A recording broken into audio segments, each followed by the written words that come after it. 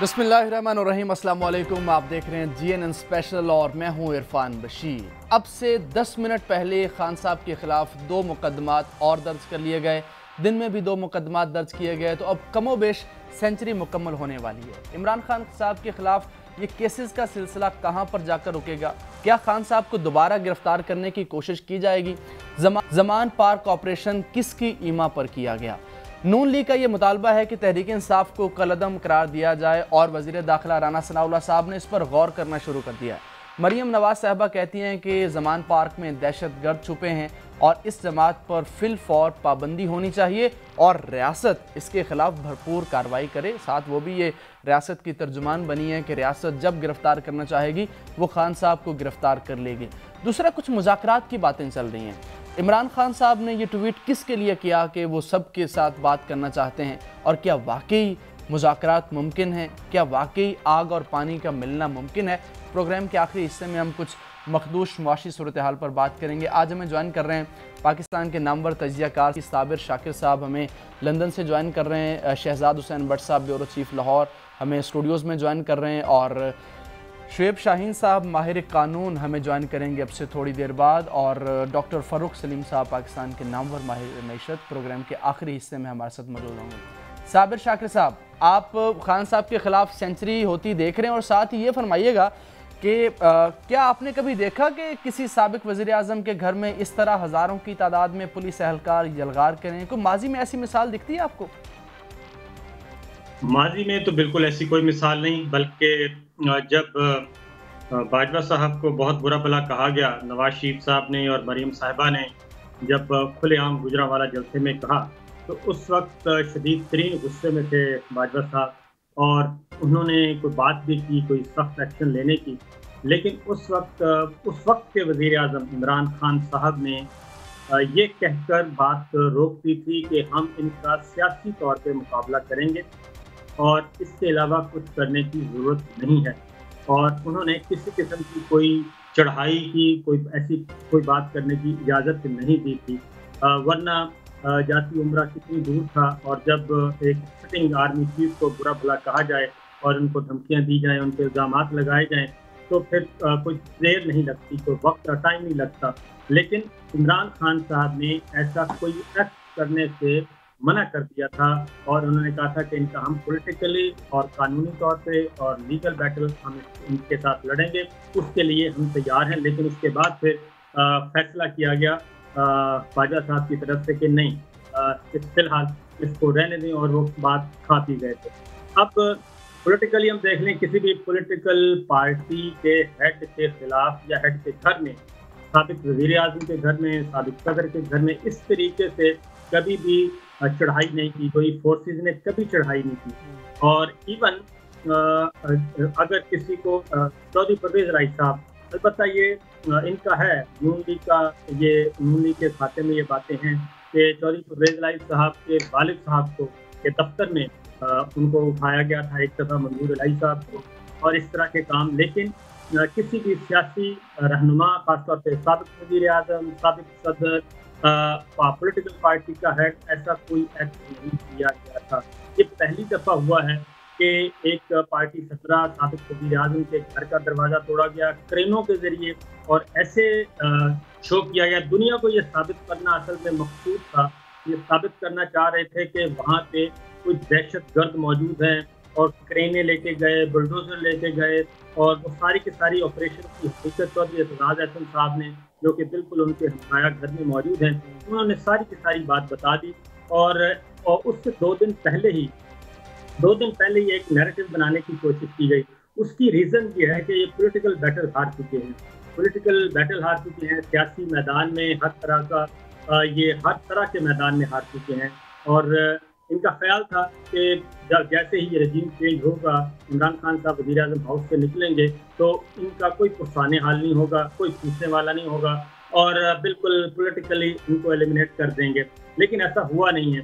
वो पब्लिक, पाकिस्तान के अवाम जब बाहर निकले हैं, तो उन्होंने बिल्कुल दुनिया ही बदल दी। और ये 75 साल का जो एक जबर था कि बार बार इस तरीके से महल्लाती साजिशों के ज़रिए से हुकूमतों का तख्ता उल्टा जाना, उसकी वजह से ये रिएक्शन था। और जब पॉलिटिकल बैटल हार गए, तो उसके बाद फिर दहशतगर्दी के मुकदमात, कत्ल के मुकदमात, इक़राम कत्ल के मुकदमात, तौहीन मज़हब, तौहीन मस्जिद, तौहीन इलेक्शन कमीशन और गद्दारी, बगावत, यानी कि कोई ऐसी दफ़ा या कोई ऐसा जुर्म नहीं छोड़ा कि जिसके तहत ये मुकदमात दर्ज ना किए गए हों। मुकदमात भी दर्ज करके देख लिए। अब ये जब ये भी बयानिया ख़त्म हो गया और फिर उन्होंने एक इख्तियार किया, पंजाब असम्बली तोड़ दी, खैबर पख्तूनख्वा असम्बली तोड़ दी और उन्होंने कहा कि हम इलेक्शन की तरफ जाते हैं। ये पॉलिटिकल प्रेशर वो बिल्ड करना कर सकते हैं, हर जमात का हक है। उन्होंने ये कर दिया और उन्हीं का मुतालबा था कि आप दोनों असम्बलियाँ तोड़ दें, हम कौमी असम्बली तोड़ के आम इंतखाबात की तरफ चले जाएंगे। वो भी करके देख लिया। उसके बाद हुए ज़िमनी इलेक्शन।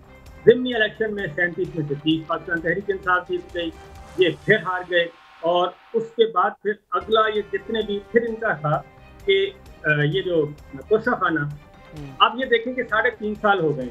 3.5 सालों में वज़ीर आज़म इमरान खान के खिलाफ और उनकी काबीना के खिलाफ एक भी करप्शन का केस नहीं आया। एक भी करप्शन का केस अभी तक नहीं ला सके बावजूद कोशिश के। और चेयरमैन नैब जनाब हमारे नाम से निकल गया, वो नहीं साबिक चेयरमैन जी, वो छोड़ चुके हैं। आफ्ताब सुल्तान साहब रिजाइन कर गए कि मैं ये काम नहीं कर सकता, और वो बता कर गए। अब ये सारे मैदानों में बिल्कुल हार चुके हैं, लीगल बैटल हार चुके हैं, अदालती जंग हार चुके हैं, सुप्रीम कोर्ट इलेक्शन का ऑर्डर कर चुकी है, हुक्म दे चुकी है। अब ये उससे फरार करना चाह रहे हैं इमरान खान साहब। ये बच्चे को पता है, पाकिस्तान के किसी भी आप 30 साल पे चले जाएं, चाहे कि खोखे पे, वहाँ जाके पूछ लें कि इमरान खान साहब के बारे में इनका प्रोजेक्ट क्या है। वो कहेंगे जी वो जेल में डालना चाहते हैं, नाहल करना चाहते हैं या मारना चाहते हैं। उन पर कातलाना हमला भी हो चुका है। अब ये सारी चीज़ें जब इतनी रोज़े रोशन की तरह आया हैं, अब इनके पास आखिरी हरबा रह गया। आखिरी हरबा है कि इसको दहशतगर्द साबित किया जाए। अब दुनिया पागल तो नहीं है। पाकिस्तान में कैमरा जो है वो पाबंदियाँ लगा रहा है कि इनको दिखाना नहीं है, रैली नहीं दिखानी, फलां भी पाबंदी, उस पर पाबंदियाँ लगाई जा रही हैं। उसके बाद इंटरनेशनल मीडिया आ जाता है। इंटरनेशनल मीडिया को तो नहीं रोक सकते। उन्होंने 2 दिन इन्होंने इधर से बैन किया, इंटरनेशनल मीडिया ने उनको लिया और उनका पॉइंट ऑफ व्यू पूरी दुनिया में फैल गया। उसके बाद एक ट्वीट होता है, और वो ट्वीट होता है साबिक एम्बेसडर का। वो बहुत ही मीनिंगफुल ट्वीट था। उस ट्वीट ने ये सारी कहानी उड़ा के रख दी, खराब कर दी। और फिर अदलिया ने ज़मान पार्क ऑपरेशन रोक दिया, खून खराबा रोक दिया। इस्लामाबाद हाई कोर्ट ने एक और रास्ता निकाला और उन्होंने भी वारंट्स जो है वो सस्पेंड किए और इमरान खान साहब को कहा आप आ जाएं। अब ये सारे का सारा एक लीगल बैटल चल रही है। इसी दौरान इन्होंने क्या किया कि इस वक्त ऑक्सीजन कहाँ से मिल रही है इस सिस्टम को, आइन को, जमहूरियत को, पाकिस्तान के अवाम को? तो ऑक्सीजन मिल रही है अदलिया से, जुडिशरी से।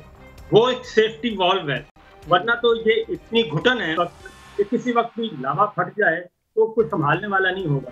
तो सुप्रीम कोर्ट, हाई कोर्ट, मातहत अदलिया वो अपना रोल अदा कर रही हैं। अब एक आदमी पे, साबिक वज़ीर आज़म पे 100 मुकदमात 6 महीने के अंदर और उनकी पूरी काबीना पे और हज़ारों के तादाद में मुकदमात दर्ज करना, क्या अदलिया को नज़र नहीं आ रहा? अदलिया भी हमारी इसी सोसाइटी से, उनको नहीं पता चल रहा कि ये क्या हो रहा है। 2 मुकदमे खत्म होते हैं, 4 मुकदमे दर्ज हो जाते हैं, 4 खत्म होते हैं, 8 मुकदमे आ जाते हैं और एडवांस बताया जा रहा होता है।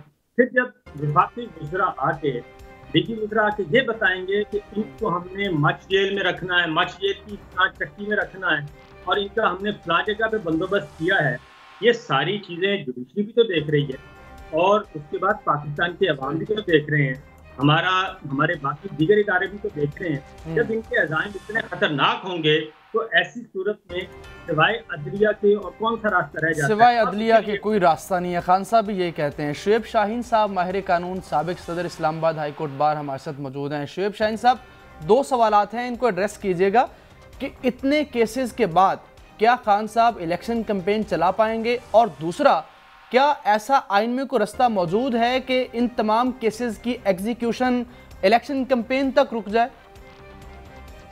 देखिए, पहली बात तो ये है कि जैसे आपके साथ डिस्कशन हो रही थी, इसमें कोई शक नहीं है कि अब अदलिया की बहुत भारी जिम्मेदारी है कि जहाँ ह्यूमन राइट्स वायलेशन हो रही हो, जहाँ इंसानी हुकूक की पामाली हो रही हो, जहाँ आइनी अक़दार की पामाली हो रही हो, तो उसके पास सिर्फ अदलिया ही बाकी रह जाती है। और अदलिया ने रिलीफ दिया है 2-3 दिन पहले। उन्होंने कहा है कि 94 FIR उस वक्त तक थी, अब मेरा ख्याल है 100 के करीब पहुंच चुकी हैं। और उस वक्त उन्होंने कहा है कि किसी केस में भी आपने गिरफ्तार नहीं करना, कोई कोर्ट से मेयर्स नहीं लेने अनटिल अनलेस की सारी रिकॉर्ड आए और कोर्ट के सामने पेश ना हो। तो मेरा ख्याल है कि अदलिया बिल्कुल रिलीफ दे सकती है। देखें, मैं समझता हूँ पाकिस्तान की तारीख में ये पहली मरतबा है कि किसी एक पॉपुलर लीडर के खिलाफ 100 से करीब FIR दर्ज हो गई, और ये सिर्फ वाहिद पॉपुलर लीडर ही नहीं है, ये फेडरेशन की अलामत है। कोई और पॉलिटिकल पार्टी फेडरेशन की अलामत नहीं कह सकती अपने आप को, फेडरेशन की नुमाइंदा नहीं कह सकती। इसका न सिर्फ पाकिस्तान के चारों सूबों इस्लामाबाद, GP और कश्मीर में इनकी बहरहाल या हुकूमतें हैं या इनकी नुमाइंदगी है, इसके अलावा किसी पार्टी की एज सच नुमाइंदगी नहीं है किसी भी, या तो वो सूबाई पार्टियां हैं या सूबे के एक किसी कोने खुदरे की पार्टियां रह गई हैं या किसी एक शहर की पार्टियां हैं। पूरे पाकिस्तान की तमाम सियासी जमातें। मुसीबत ये है बदकिस्मती से हमारी कि तमाम मुख्तदर हल्के और वो रजीम चेंज ऑपरेशन के खालिक जो भी थे, और वो और ये सारी सियासी जमातें जिन्होंने ड्रामा रचा करके जी हम महंगाई मुकाओ मार्च लेकर आ रहे हैं, और उसके बाद आकर के जो मुल्क के साथ उन्होंने हशर किया और जो मुल्क की बुनियादें हिला दी हैं, आज इकोनॉमी उनके कंट्रोल से बाहर चली गई है, माशी बदहाली अपने उरूज पे है, सियासी मुकदमात की भरमार है, कारखाने इन्होंने बंद कर दिए हैं या और रिजर्व खत्म होने के करीब पहुंच गए हैं। महंगाई पाकिस्तान की तारीख में सबसे ज्यादा है। इन्होंने आते साथ ही नैब कवानीन को तरमीम की और तमाम मेगा करप्शन से अपने आप को निकाल लिया, ACL से अपने नाम निकाले। सर, इतने केसेस होने के बावजूद खान साहब इलेक्शन कैंपेन चला पाएंगे? और दूसरा, इन मुकदमात की एग्जीक्यूशन रुक पाएगी इलेक्शंस के रिजल्ट तक? मेरा ख्याल है रुक सकती है, और इसमें मैं मशवरा दूंगा कि सुप्रीम कोर्ट ऑफ पाकिस्तान के चीफ जस्टिस को या तो सो मोटो नोटिस लेना चाहिए, आपके तवस्सुत से मैं रिक्वेस्ट करूंगा, या इमरान खान साहब को इसमें पिटीशन फाइल करनी चाहिए सुप्रीम कोर्ट में कि एक तो तमाम केसेस यकजा करके किसी एक कोर्ट में भेज दें, और दूसरा इलेक्शन की कैंपेन तक इनके खिलाफ कोई एडवर्स ऑर्डर पास न किया जाए और इनको इलेक्शन कैंपेन करने की इजाज़त दी जाए ताकि ये उनके रास्ते में हिंड्रेंस क्रिएट ना करें। और ये सुप्रीम कोर्ट, बहरहाल और हाई कोर्ट इसमें रिलीफ दे सकती है, इसमें किसी किस्म की कोई दूसरी राय नहीं हो सकती। और दूसरी बात यह है कि जो इमरान खान साहब ने शऊर दे दिया है, जो लोगों को अवेयरनेस दे दी है, जिसकी मिसाल हमने जवान पार्क में भी देखी थी, जिसकी मिसाल हमने कल भी देखी है, जिस तरह पुरतशद्दुद वाक़यात पुलिस ने करने की कोशिश की, जिस तरह पुलिस ने कल इमरान खान को जो भी उनका मंसूबा था किसी में बंद करने, गिरफ्तार करने या कोई और हरकत करने की कोशिश की, तो उसके नतीजे में बहरहाल पब्लिक जो जिस तरह सामने आई है ये अनप्रेसिडेंटेड है। इसकी मिसाल अगर आप दुनिया में देखना चाहें तो आपको तैयब उर्दगान वाला जो बगावत उनके खिलाफ हुई थी वो मिसाल आपके सामने है। जब उसने आकर के ये एक स्टेटमेंट दी कि सारी आवाम उनकी खड़ी हो जाए तो लोग टैंकों के नीचे आकर लेट गए थे, और कल भी ऐसा ही हुआ। कल प्रिजनर्स वैन के नीचे लोग आकर के लेट गए, उन्होंने कहा कि हम नहीं जाने देंगे। बट सर, बहुत अफसोसनाक ऑप्टिक्स हमने दुनिया को दिखाए। अल जजीरा इसकी लाइव कवरेज कर रहा था, BBC वर्ल्ड, पता नहीं कौन कौन से इंटरनेशनल चैनल्स। शहजाद हुसैन भट्ट साहब, जमान पार्क ऑपरेशन किसकी ईमा पर किया गया और अब दोबारा गिरफ्तारी की कोशिश की जा सकती है? बिस्मिल्लाहिर्रहमानिर्रहीम। देखिए जी, जमान पार्क तो जिसके हुक्म पर किया गया वो तो आप ही का दोस्त है, और उन पे भी उसी तरह के जुल्म पहले हो चुके हैं जब वो मकाफात अमल यहाँ पर हो रहा है। तो पहली बात तो ये है कि 93 मुकदमात के साथ अब 3 मुकदमात तो मेरा ख्याल है आज दर्ज हो गए। 98 हो गया, 4 हो गया, 3 हुए और 96, यानी आप इसको कह सकते हैं आसान ज़बान में कि इमरान खान अब 100 की सेंचुरी बनाने के बहुत करीब पहुँच गए हैं। अब इसके साथ साथ आपको ये देखना होगा कि आज 102 अफराद जो है उन पर दहशतगर्दी कोर्ट ने उनको गिरफ्तार करके 1 दिन का रिमांड भी लिया है। 1 और 2 जो अफराद है। अब जो कारकुनों के खेमे वगैरह उठाए गए थे इमरान खान के जाने के बाद, उनके घर में घुसा गया था, वो बिल्कुल एक लम्हा फिक्री है। उस पर कोई भी इंसान ये नहीं बात कर सकता कि इमरान खान के घर में घुसना बड़ा जायज़ है, ये बात बिल्कुल नाजायज़ है और इस तरह ये जुल्म का पहाड़ जो है वो इमरान खान के घर में गिरा है, ये बात सारी सच है।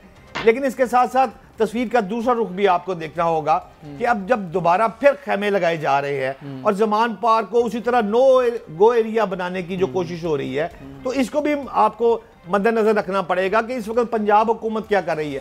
क्या पंजाब हुकूमत फ्री हैंड दे दे? आप देखें रात को पुलिस की एक गाड़ी आकर वहां से गुजरी है, उस पुलिस की गाड़ी को उन्होंने आग लगाकर उसके बाद उसको जो माल रोड की छोटी सी नहर है उसके अंदर गिरा दिया गया है। एक पुलिस वाला बाइक पर जा रहा था, उसको पकड़ के उसकी आंख फाड़ दी है। ये देखें, अब ये खान साहब को ये सोचना होगा कि खान साहब जब प्राइम मिनिस्टर थे हम उस वक्त भी उनकी फेवर करते थे, लेकिन उनकी टीम की हमने कभी जिंदगी में फेवर नहीं की, हमें टीम तब भी पसंद नहीं थी। आज भी इमरान खान की जो टीम है, उनके जो वर्कर्स हैं, वो जो उनके अफराद बाहर बैठे हुए हैं, उनका कोई परेशान हाल नहीं। वो एक बेहंगम ट्रैफिक है, जहां जिसका दिल कर रहा है वो गाड़ी चला रहा है और ये सारे इल्जामात बिलाखिर इमरान खान पर आ रहे हैं। FIR तो होती है इमरान खान पर। फवाद चौधरी अगर बात करेगा, बाहर प्रेस कॉन्फ्रेंस करेगा, तो उसकी भी FIR जो है, जिले शाह फौत होगा 302 की FIR, बाद में फिर वो माजरत कर लेंगे, खान साहब ये तो गलती से हो गया है, वो तो रोड एक्सीडेंट था। ये सारी बातें ठीक है, लेकिन सवाल सिर्फ एक है, जो हालात इस वक्त चल रहे हैं मुल्क में, इन सियासतदानों की वजह से मैं समझता हूं कि अवाम जो है वो इस वक्त पिट रही है, अवाम जलीलो ख्वार हो रही है और जिस तरह अवाम पे तशद्दुद हो रहा है ये अब बर्दाश्त से बाहर है। एक तरफ महंगाई है, दूसरी तरफ तशद्दुद है, तो अवाम फट जाएगी। इमरान तमाम सियासतदानों समेत अवाम इनके खिलाफ होने जा रही है, जो मैं देख रहा हूँ। बट साहब, लेकिन ये जमान पार्क ऑपरेशन जो है, ये क्या पंजाब पुलिस ने अज खुद किया, या निगरान हुकूमत के ऑर्डर्स थे, या विफाकी हुकूमत के ऑर्डर्स थे, या मरियम नवाज साहिबा की ईमा पर किया गया, या फिर कोई और है? इतलात क्या है आपके पास, और आज भी क्या इतलात हैं कि ऑपरेशन हो सकता है? देखें, फगा के मुझ गरीब को हयात का ये हुक्म है, समझ हर एक राज को मगर फरेब खाए जा। बात यह है कि इस वक्त prime minister of Pakistan Shahbaz Sharif साहब जो है वो हुकूमत कर रहे हैं और प्राइम मिनिस्टर के ओहदे पर विराजमान। इसके साथ साथ मरियम नवाज साहब इंग्लैंड से तशरीफ लाई हैं, चीफ ऑर्गेनाइजर का ओहदा लेकर आई हैं। अब उनमें अगर जो चीज चल रही है, उनका एक अपना बयानिया है मरियम नवाज का, प्राइम मिनिस्टर ऑफ पाकिस्तान का मैं देख रहा हूं अपना बयानिया, जो मुस्लिम लीग नून में थोड़ा सा तजाद चल रहा है, ये भी एक हकीकत तो है, इसको तस्लीम तो करना पड़ेगा। हमजा शहबाज साहब अगर बाहर से आए हैं और आकर उन्होंने भी कागजात जमा कराए, 2 हलकों में कागजात जमा हुए हैं मरियम नवाज के। अब वो हल्के कौन से उनको अगर आप नोट करें, एक हल्का बिलाल यासीन का है, एक हल्का जो है ख्वाजा इमरान नजीर का है। अब ये वो 2 हल्के हैं जो कि हमजा शहबाज के पेट बंदों के हैं, जिन पर मरियम नवाज खुद लड़ रही हैं। अब बात आपके सवाल की तरफ अगर लेके आऊं, तो इस वक्त इसमें मुझे कहने में कोई याद नहीं कि सारे ऑपरेशन की कमांड राना सनाउल्लाह कर रहे हैं, और राना सनाउल्लाह के बारे में सिर्फ एक ही फिक्रा कहूंगा कि वो मरियम नवाज के कैंप से ताल्लुक रखते हैं। सही। साबिर साहब, क्या खान साहब को गिरफ्तार किया जा सकता है, और आज भी इतलात हैं कि ऑपरेशन रात गए किया जाएगा? देखें, ये काम इनकी ख्वाहिश है, हुक्म भी है, मरीम साहिबा की ख्वाहिश है, नवाज शरीफ साहब का हुक्म है, राना साहब उसकी तामील कर रहे हैं। शहबाज शरीफ साहब ने बुलाया था मोहसिन नकवी साहब को वज़ीर आज़म हाउस में, उनको हिदायत दी थी, हिदायत नहीं बल्कि अहकामात दिए थे कि अब पंजाब पुलिस को कंट्रोल करेंगे राना साहब, और आपने बस सिर्फ एंजॉय करना है प्रोटोकॉल। तो वो प्रोटोकॉल एंजॉय कर रहे हैं। और IG बराह रास्त आप ये देखें कि कल जो कुछ हुआ उस पे विफाकी गुजरा ने जो प्रेस कॉन्फ्रेंस की और आज तक जारी हैं। पहली प्रेस कॉन्फ्रेंस आई मरियम औरंगजेब साहिबा की, उसके बाद मरियम नवाज साहिबा सोशल मीडिया पे ट्वीट करती रही, उसके बाद आ गए अताउल्लाह तारड़ साहब, फिर आ गए आजम नजीर तारड़ साहब, फिर आ गए राना सलाल चौधरी साहब, फिर आ गए राना सनाउल्लाह साहब, और ये सिलसिला आज तक जारी है। अब ये मामला है इमरान खान साहब का और अदालत का, और इसके अलावा तीसरा कोई शरीक नहीं है।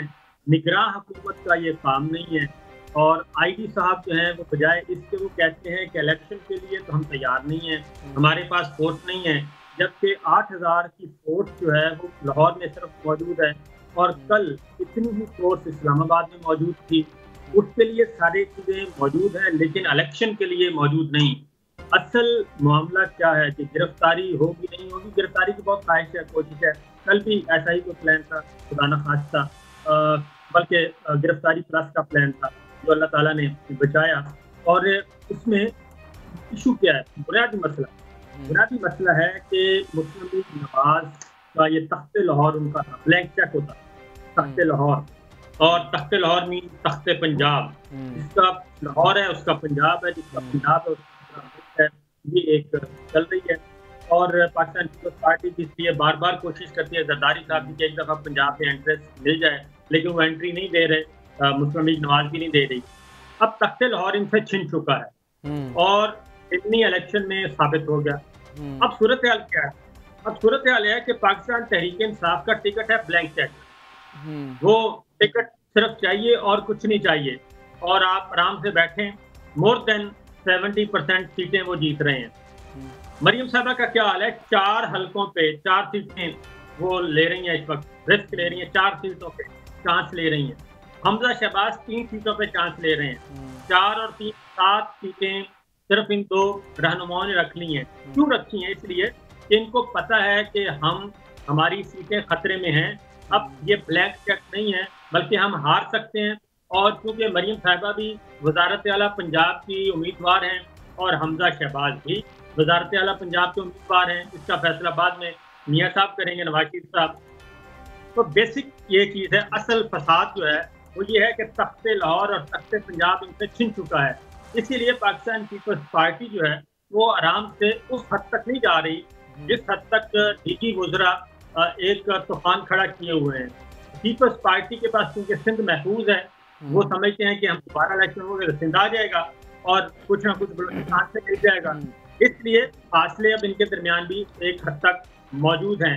15 सीटें मांगी हैं पीपल्स पार्टी ने लीग से, सीट एडजस्टमेंट की सूरत में कि 15 हल्के हमें दे दें, लेकिन वो भी देने के लिए ये तैयार नहीं है। तो इस वक्त एक और दिलचस्प के ये पहला मौका है पाकिस्तान की तारीख में, जब से 85 से लेके आज तक तकरीबन 37 सालों में ये पहला मौका है कि मुस्लिम लीग नवाज को सोशल मीडिया पे अपील करनी पड़े, दरख्वास्त कर रहे हैं। बिल्कुल, वज़ीर इत्तलात ने ऑफिशियली ये ट्वीट किया। शुएब शाहीन साहब, नून लीग ये चाहती है, कल वफाकी वज़ीर ने कहा है कि सुप्रीम कोर्ट नज़रसानी करे कि सिक्योरिटी के मसाइल हैं, मुआशी मसाइल हैं, मरदमशुमारी करनी है, हल्का बंदियाँ होनी है, इलेक्शंस नहीं हो सकते, इकट्ठे करवाए जाएँ।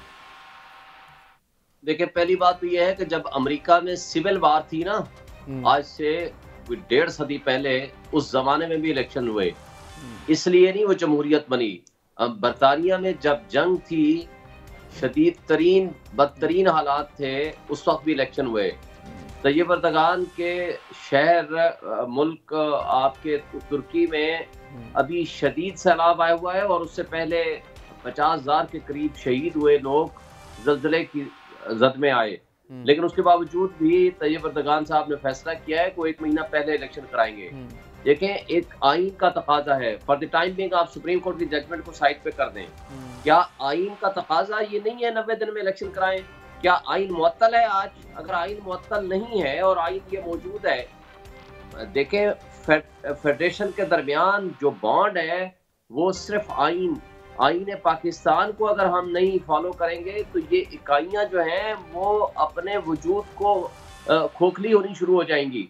ज़ियाउल हक का माशाअल्लाह है कि जिसने 90 दिन का कह के 11 साल के लिए इलेक्शन नहीं कराए थे और एक कराए तो लूरे लंगड़े किस्म के गैर जमाती। देखिए, इस आइन के होते हुए जो सुप्रीम कोर्ट का फैसला तो सब्सिक्वेंट आया है ना, और वो डिटर्मिनेशन सिर्फ इस बात की हुई है कि इसमें जो इबहाम था कि किसने डेट देनी है, वो इबहाम दूर किया और 7 डायरेक्शंस दी हैं कि इलेक्शन 90 डेज के अंदर कराएं या नियरेस्ट टू दैट टाइम कराएं। और वो प्रेसिडेंट ऑफ पाकिस्तान ने पंजाब की तारीख दे दी है, किसी की जरूरत नहीं है कि वो उस इलेक्शन की डेट से इधर उधर हो जाएं। और दूसरी जो डेट है वो गवर्नर ने दी है और फिर उसमें 2 नंबरी करने की कोशिश कर रहा है। बेसिकली ये भाग क्यों रहे हैं? ये भाग इसलिए रहे, इनको नजर आ रहा है कि 80% 90% इसमें वोट है इमरान खान का और उनकी पार्टी का, तो ये इनके वो जो तख्ते लाहौर इनसे छिनता जा रहा है, PMLN इसलिए भाग रही है। और दूसरी बात ये है कि यहाँ ये हो नहीं सकता कि इस आइन के होते हुए आप इलेक्शन का इल्तवा कर दें अपनी मर्जी से और इंटरम सेटअप वाले बिठा दें, तो फिर आइन किधर गया? बिल्कुल, ये वाज़े है आर्टिकल 224 के तहत सुप्रीम कोर्ट का फैसला आ चुका है। एक और ख़बर है कि हुकूमत तहरीक इंसाफ में मुज़ाकरात हो रहे हैं, वो किन बुनियादों पर होंगे, इस्लामाबाद में टेक्नोक्रेट सेटअप की बात गश्त है, इस पर बात करेंगे हमारे साथ।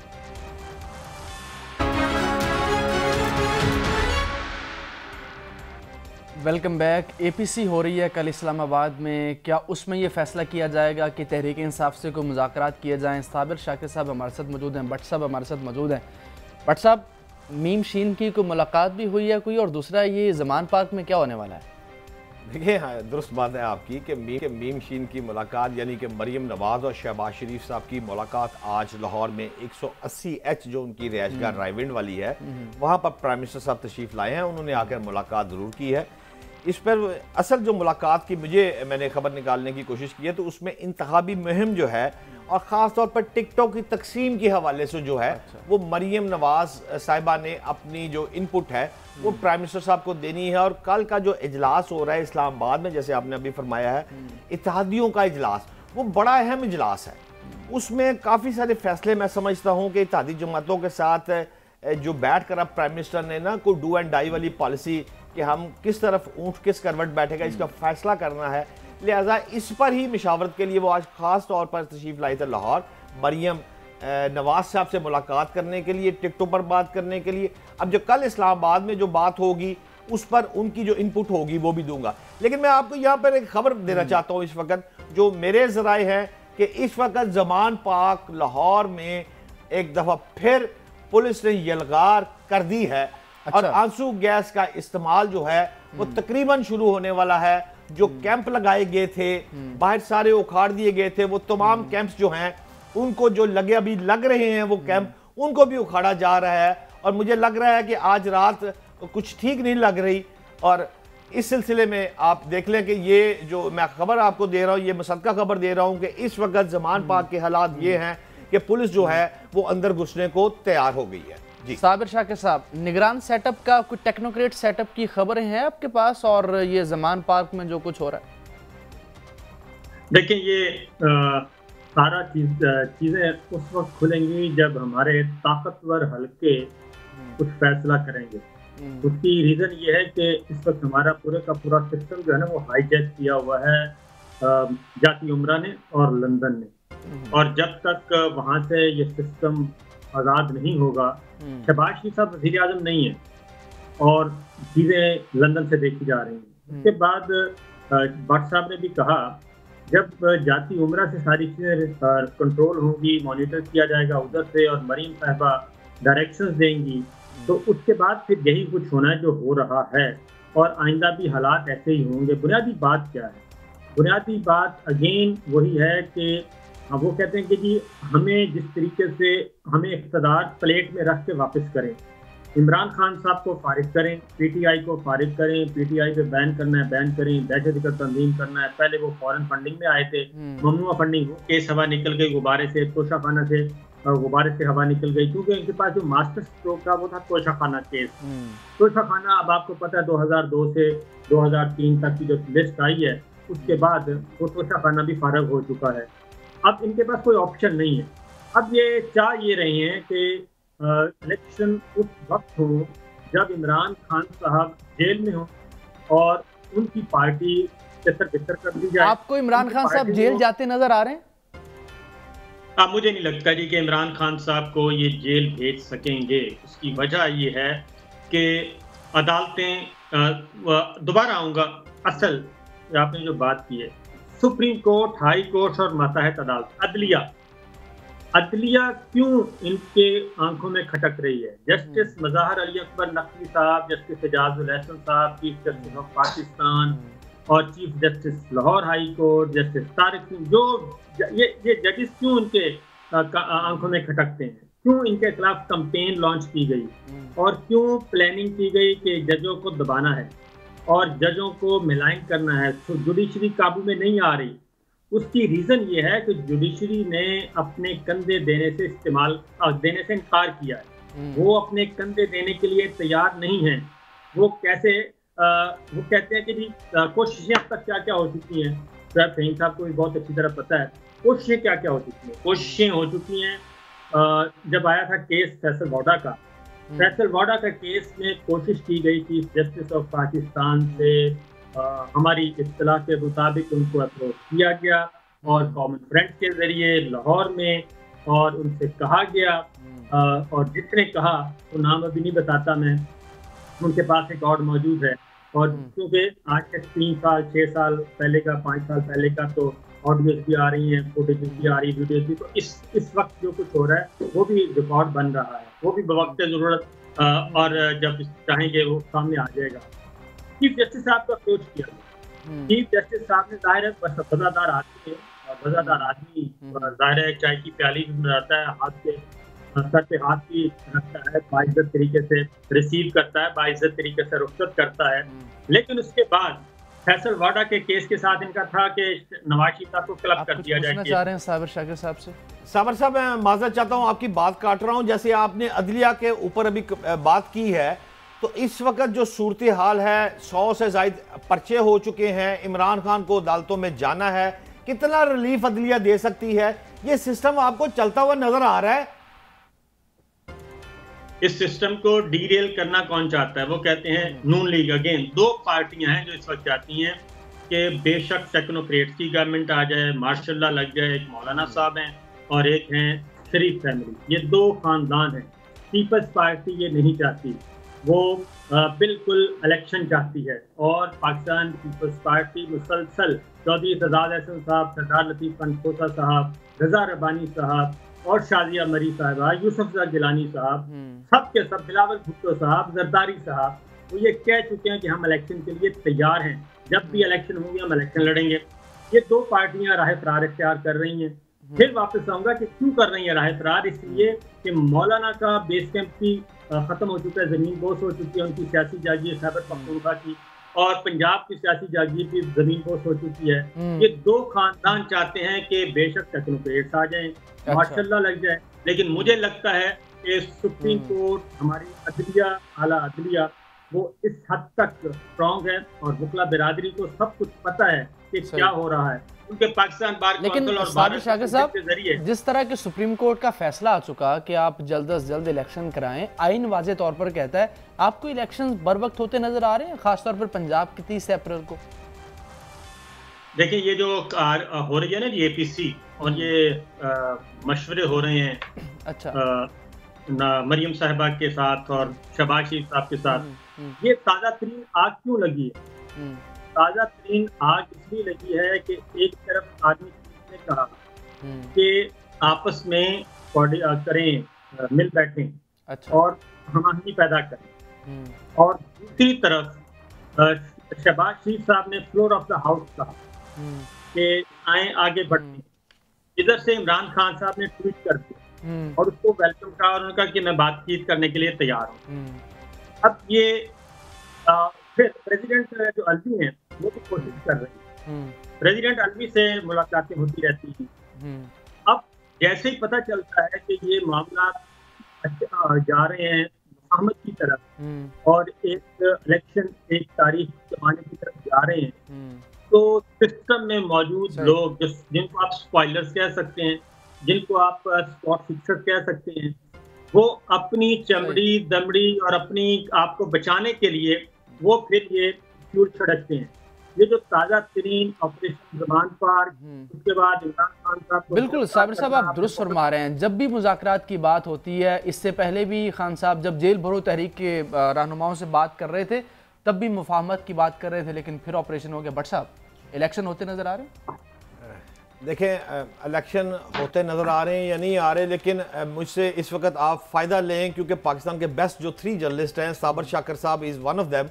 तो मैं इस खाकसार से आपने क्या पूछना है? साबिर भाई, आप ये बताना पसंद करेंगे कि आप इस्लामाबाद पर मुकम्मल गिरफ्त रखते हैं, कराची पर रखते हैं, तो जिस तरह आप मुल्क की सियासत को देख रहे हैं, आपने कराची में 9-0 भी देखा है, क्या लाहौर इस वक्त जो ज़मान पार्क है वो 9-0 नहीं बनने जा रहा? तो इसका जिम्मेदार कौन है फिर? मैं आपको एक बात बताऊं, ज़मान पार्क 9-0 बनने नहीं जा रहा, बल्कि उसको ये जाती उम्रा से और ये नून लीग और शरीफ फैमिली कोशिश कर रही है कि उसको उसके साथ मिलाया जाए। असल ये नहीं है, असल है कि सियासत का ताकत और सियासत का महबूब मरकज जो है वो जाती उम्रा से शिफ्ट हो गया ज़मान पार्क। सही। और उधर से DI खान जो मौलाना का होता था डेरा, ताकत का मरकज वो शिफ्ट हो गया है पीटीआई, पेशावर इंसाफ हाउस। ये जो सियासत के जो ताकत के मराकज़ तब्दील हुए हैं, ये असल तकलीफ ये है, असल मसला ये है। ये 9-0 या ये यही नहीं वजह है जिस वजह से ज़मान पार्क पर ऑपरेशन किया जा रहा है। बहुत बहुत शुक्रिया साकिर साहब, आपकी कुछ बात रह भी गई, बट साहब आपका भी शुक्रिया। अभी इतलात हैं कि ज़मान पार्क में फिर ऑपरेशन शुरू हो गया। बात करेंगे इस ब्रेक के बाद।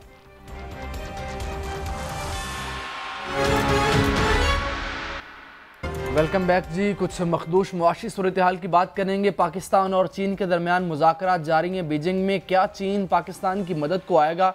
पाकिस्तान को क्या 80 अरब डॉलर, 1 अरब डॉलर या 80 करोड़ दे दे तो मज़ीद कितने अरब डॉलर्स पाकिस्तान को दरकार हैं? पाकिस्तान की मईशत कैसे संभलेगी? रमज़ान मुबारक में क्या मज़ीद महंगाई से रोका जा सकता है? पाकिस्तान के नामवर माहिर मईशत डॉक्टर फ़रूख सलीम साहब हमारे साथ मौजूद हैं। डॉक्टर साहब बहुत शुक्रिया। पाकिस्तान और चीन के मुज़ाकरात हो रहे हैं बीजिंग में, आपको लग रहा है कुछ रिलीफ मिलेगा चीन की जानिब से? देखिए, मार्च और जून के जो 4 महीने हैं उसमें हमारी जो अदायगियां हैं बैरूनी कर्जाजात के ऊपर लगभग 7 अरब डॉलर की, और उसमें से कोई 4-4.5 अरब डॉलर जो है वो चाइनीज़ का वापस करना है, चाइनीज़ बैंक वापस करना है, चाइनीज़ का जो सेफ डिपॉजिट है उसका रोल ओवर होना है। मुझे महसूस ये हो रहा है कि चाइना की तरफ से, चाइनीज़ की बैंक्स की तरफ से रोल ओवर शुरू हो चुके हैं। उन्होंने हमें जो इकसात हैं वो देनी शुरू कर दी हैं, और चाइना की तरफ से जो कमिटमेंट थी वो धीरे धीरे पूरा होना शुरू हो गई। जो मामला रह गया है वो सऊदी अरेबिया, यूएई और कतर की जानिब से रह गया है। IMF का कहना ये है कि जब उन ममालिक से, जिनको हम फ्रेंडली कंट्रीज कहते हैं, उनकी तरफ से ये कमिटमेंट हमें मिल जाएगी, ये वादा मिल जाएगा, तो फिर जो आखिरी हर्डल रह गया है, जो आखिरी रुकावट रह गई है, वो भी पूरी हो जाएगी और फिर बोर्ड मीटिंग की तरफ, IMF की बोर्ड मीटिंग की तरफ कदम बढ़ाया जा सकता है। तो पेंडिंग रह गया है वो मेरा ख्याल है सऊदी अरेबिया, UAE और कतर के जो वादे हैं कमिटमेंट के, वो बकिया तो सर सऊदी अरब, UAE और कतर पैसे क्यों नहीं दे रहे? पहले तो ऐसा कोई मसला ही नहीं था। क्या एतमाद का फुकदान है उनको इस गवर्नमेंट पर? देखिए, मुझे लग रहा है कि यहाँ पे एक वो अंडा मुर्गी वाला मामला शुरू हो गया है। IMF ये कह रहा है कि पहले मुझे कमिटमेंट चाहिए उन ममालिक से, और वो पूरा का पूरा जो $7 बिलियन की अदायगी है उसका हिसाब पूरा करना होगा। और बाकी ममालिक से लग रहा है ऐसे है कि पहले IMF का प्रोग्राम के अंदर आप दाखिल हो जाएं, उसके बाद हम जो है, जब आपके पास एक मॉनिटरिंग मैकेनिज्म आ जाएगा तो फिर हम अपनी इमदाद का सिलसिला जो है वो शुरू करेंगे। तो यहाँ पे पाकिस्तान फंस गया है और कहीं लड़ाई हो रही है अंडा और मुर्गी वाली। लेकिन सोचना हमने ये है कि अगर ये सारा काम मुकम्मल हो भी जाए तो फिर भी आप सोचिए कि जून तक ये मामला पूरा है, उसके बाद हमें दोबारा से IMF के पास जाना होगा और IMF से इससे भी बड़ा पैकेज चाहिए होगा। तो मामला ये है कि ये बीमारी की अलामात को हमने दूर करना है। ये सारी चीज़ें जो हम बहस कर रहे हैं, ये सिर्फ और सिर्फ बीमारी की अलामात को दबाने की कोशिश हो रही है। बीमारी का इलाज इसमें नहीं है। बीमारी का इलाज ये है कि हमने अपना बजट का खसारा दूर करना है। बीमारी का इलाज ये है कि हमने अपना तिजारत का खसारा दूर करना है। IMF से लोन आ जाए, सऊदी अरेबिया से लोन मिल जाए, चाइना से लोन मिल जाए, ये सिर्फ हमारी बीमारी की अलामात को दबाएंगे, बीमारी का इलाज नहीं है। डॉक्टर साहब, ये जो मनाजिर हम दिखाते हैं पूरी दुनिया को, पाकिस्तान में ऑपरेशंस हो रहे हैं, पुलिस मार रही है लोगों को, शेलिंग, क्या आलमी सरमायाकार जो है वो ये देखकर यहाँ पे सरमायाकारी नहीं कर रहा? और पाकिस्तानी सरमायाकार जो है, क्या उसका एतमाद है इस हुकूमत पर या इसकी पॉलिसीज के तसलसल पर? ये असल सवाल हैं जिनके जवाब हमने ढूंढने हैं। एक बड़ा गहरा चोली दामन का साथ है सियासी इस्तेहकाम का और माशी तरक्की का। इन ममालिक में सियासी अदम इस्तेहकाम रहता है। ये बड़ी स्टडी है, एक IMF की स्टडी है जो 50 साल के पीरियड के ऊपर फैली हुई है। उन्होंने कोई 160 ममालिक का तज्जिया किया और नतीजा ये था कि जिन ममालिक में सियासी अदम इस्तेहकाम रहता है उनकी माशी सिफ्त जो है वो दुरुस्त नहीं हो पाती। अब आप सोचिए कि हमारे यहाँ जिस किस्म की जमहूरियत हम अपनाए बैठे हैं, हमारे जो जमहूरियत पसंद सियासतदान हैं वो एक दूसरे से जमहूरी मुकाबला नहीं करना चाहते, वो एक दूसरे को तबाह बर्बाद कर देना चाहते हैं, कम्प्लीटली डिस्ट्रॉय कर देना चाहते हैं।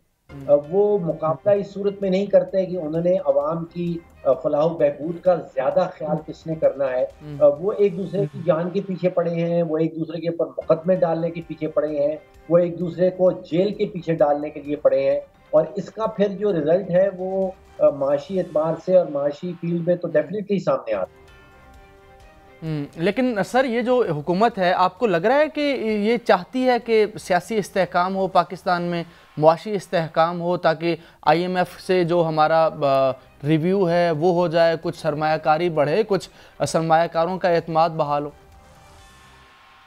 देखिए, इस वक्त बुनियादी नुक्ता ये है कि हमारे, यकीन जानिए, हमारे प्रॉब्लम्स जो हैं वो सियासी हैं, वो माशी नहीं है। इस मुल्क के पास वसाइल हैं, इस मुल्क के पास टैलेंट है, हम ये सब कुछ कर सकते हैं अगर किसी किस्म का सियासी इस्तेहकाम सामने आ जाए। अगर जो रूल्स ऑफ द गेम है, यानी कि जिस तरह ये जमहूरी खेल हमने खेलना है, उसके ऊपर सियासतदान जो हैं वो एक फ्रेमवर्क बना लें, rules of the game set कर लें। देखिए, अभी तो कोई रूल्स ऑफ द गेम ही नहीं सेट हो रहे हैं। दोनों तरफ से कोशिश ये रहती है कि हम दूसरे को जो है वो बिल्कुल सियासी मैदान से भगा दें, उसको फना कर दें, उसको उसका फ्यूचर का सारा करियर सियासत के अंदर ख़त्म कर दें और सिंगल पार्टी हम रह जाएं।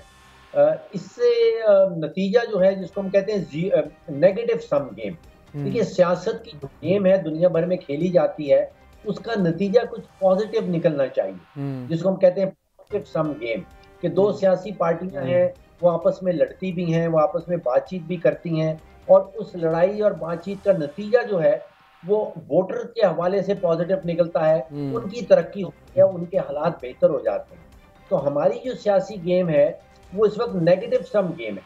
अब जरा सा ये पिछले कुछ दिनों में जो ज़मान पाक में हुआ, अब सोचिए ये टोटली नेगेटिव गेम, किसी का फायदा नहीं इसमें, ना इमरान खान साहब का फायदा है, ना हुकूमत का फायदा है, नुकसान पाकिस्तान का और पाकिस्तान में रहने वालों का है। तो ये सियासी जो खेल है पाकिस्तान के अंदर, ये नेगेटिव सम गेम बन गया है पाकिस्तान के लिए और पाकिस्तान में रहने वालों के।